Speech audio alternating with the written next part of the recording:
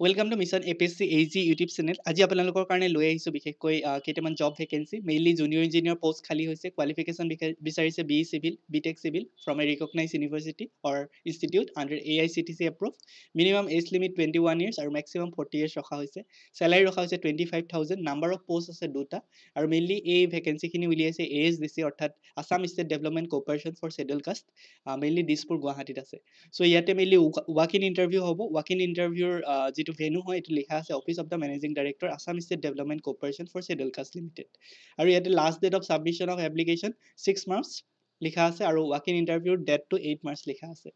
আৰু ইয়াতে যিসকল ইণ্টাৰেষ্টেড হয় তেওঁলোকে মেইনলি নিজৰ যিখিনি ৰিজিউম হয় সেইখিনি বা বায়'ডাটা হয় সেইখিনি আৰু লগতে ষ্টেণ্ডাৰ্ড এপ্লিকেশ্যন ফৰ্ম ছাবমিট কৰিব লাগিব ভেৰিফিকেশ্যনৰ কাৰণে, মানে ইণ্টাৰভিউৰ দিনাই ছাবমিট কৰিব লাগিব।